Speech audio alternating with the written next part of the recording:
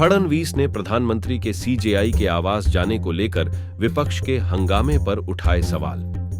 महाराष्ट्र के उप मुख्यमंत्री देवेंद्र फडणवीस ने प्रधानमंत्री नरेंद्र मोदी के गणेश पूजा के लिए भारत के प्रधान न्यायाधीश सीजेआई डीवाई चंद्रचूड़ के घर जाने पर आपत्ति जताने के लिए बृहस्पतिवार को विपक्ष की आलोचना की और आरोप लगाया कि एक इकोसिस्टम अचानक सक्रिय हो गया है, जैसे कि आसमान फट पड़ा हो।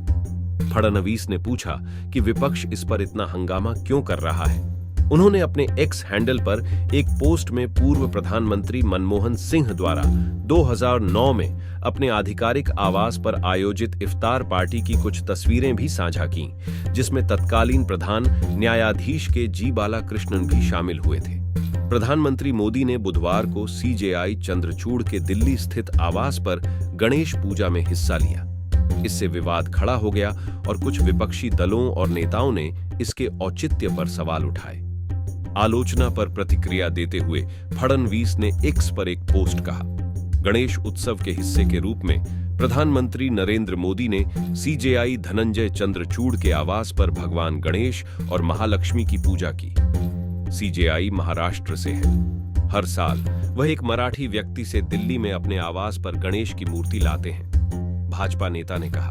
लेकिन अचानक एक इकोसिस्टम सक्रिय हो गया, जैसे मानो कि आसमान फट पड़ा हो। एकमात्र अंतर यह है कि पिछले प्रधानमंत्री अपने निवास पर इफ्तार पार्टियों का आयोजन करते थे, जिसमें तत्कालीन सीजेआई शामिल होते थे। उन्होंने विपक्षी दलों से पूछा, तो फिर जब प्रधानमंत्री नरेंद्र मोदी भगवान गणेश और देवी महालक्ष्मी की पूजा करने जाते हैं तो इतना हंगामा क्यों होता है? हिंदुत्व का विरोध करते करते आप भगवान गणेश और महालक्ष्मी का विरोध करने के स्तर तक क्यों गिर गए हैं? फडणवीस ने कहा, यह एक प्रासंगिक प्रश्न है। क्या यह महाराष्ट्र के त्योहारों, संस्कृति और भगवान गणेश और महालक्ष्मी में लोगों की भक्ति और आस्था का अपमान नहीं है?